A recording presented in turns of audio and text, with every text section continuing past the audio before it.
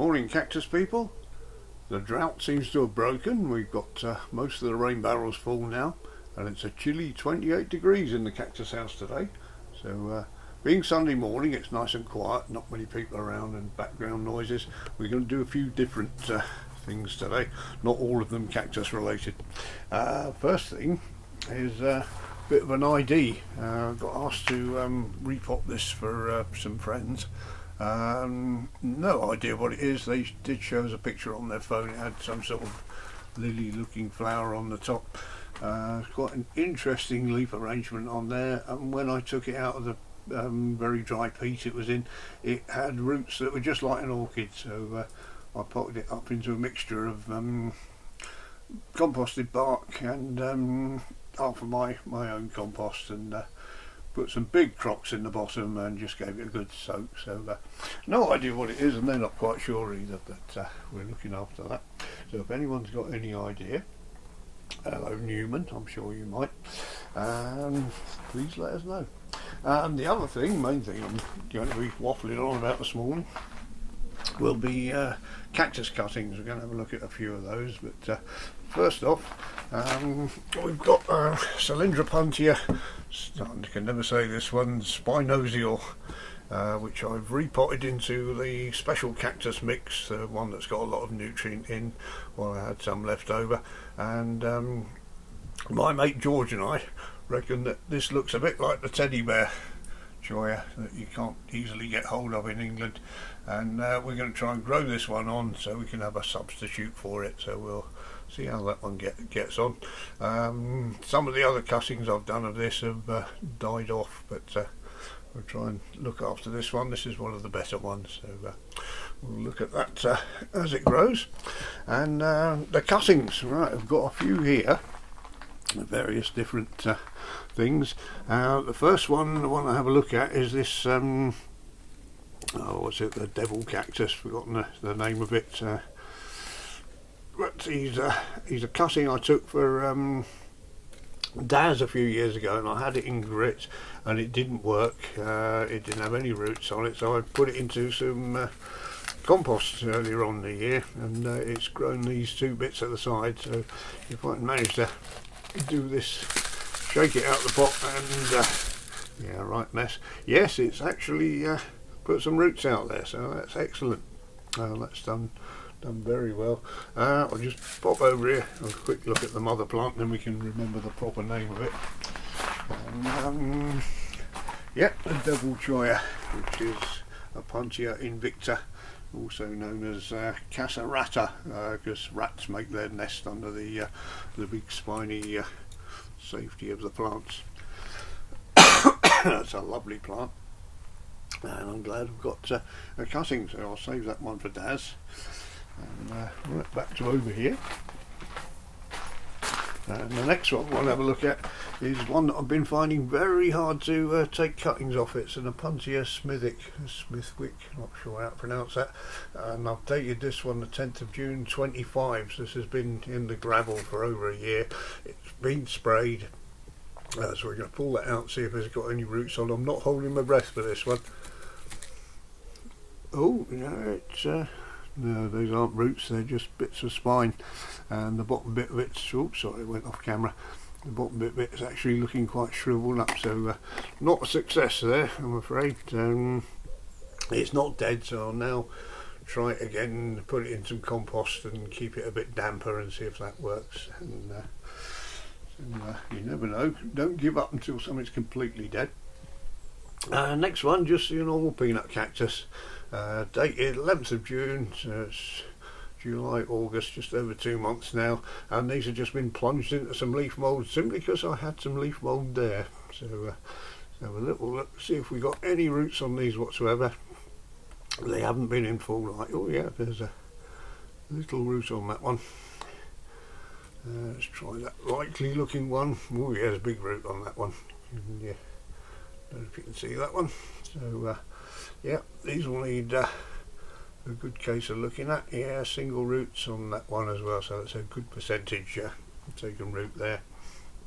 As I had the leaf mould left over from another video I was doing, so I just lobbed them in there. This one, the Sulphur Rebutia Rauschii, which is very hard to get it to root. I've tried it in grits, it doesn't seem to like it, it shrivels up. So what I did here, this is finely sieved gravel and finely sieved leaf mould in there as well, and I've kept this indoors on the windowsill, and I've just been spraying it along with seedlings every other day, keeping it very damp. I've given it one actual soak where I've filled the tray full of water. There's no holes in the tray, so I can't water it all the time.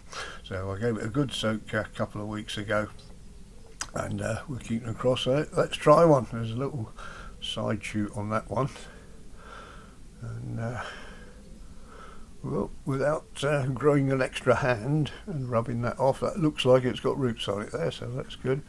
Let's try another one at random, and it's definitely got roots on it, so this method seems to have worked. One more just for luck, and yes, that's rooted up, so they'll all get rooted in later. That's brilliant. I'll pot it up later. That's excellent. Pleased with that, because wasn't having much luck with those. Very hard to cultivate. And finally, for now, we've got the Alastera heliosa, which has a very nice flower on this one, and these have just been plunged into just grit and sprayed up every other day. No roots on that one. Some very small root on that one. Yeah, that's good. Let's try him as well. I'm not going to try every one, so all right, one more and then we'll go on to something else. And no roots on that one. Sorry, I went off camera there. No roots on that one, so not so good. So what hasn't rooted there, again, I'll try that into a mix like this one as well. So they're certainly not shriveled up, so they're all right. All right, the next bit is because it's been so hot this summer, I've tried a different method, which I think I just tried by accident, and it seemed to have worked. So bear with me. We're going to walk out of the cactus house, down past the fruit, and into the little tunnel at the back, the tunnel where I've grown my tomatoes and things. So this is the veg plot, or one of the veg plots. We've got another one round the back, and behind the Griselinea, and into the bit of a mess because it's that time of year. These are Christmas potatoes, tomatoes down there, peppers and a melon at the back, and some chilies, which are doing very well. But the thing we've come to look at is on here. Now, these are up to get them out of the water. When it was very, very hot, I put one tray of cuttings into here and just left them in some water that was here for the strawberry plants, and I noticed they put on some new growth very quickly, and I thought, oh, I wonder if I can leave them in up to their necks in water. And it worked for a little while, but then it didn't work. See what I mean? The bottom pads started to rot, it was too wet for them. So but we got some new growth on the top, so I'm going to take these off and root them up. And inspired by that, I thought I'd try a few other things in here.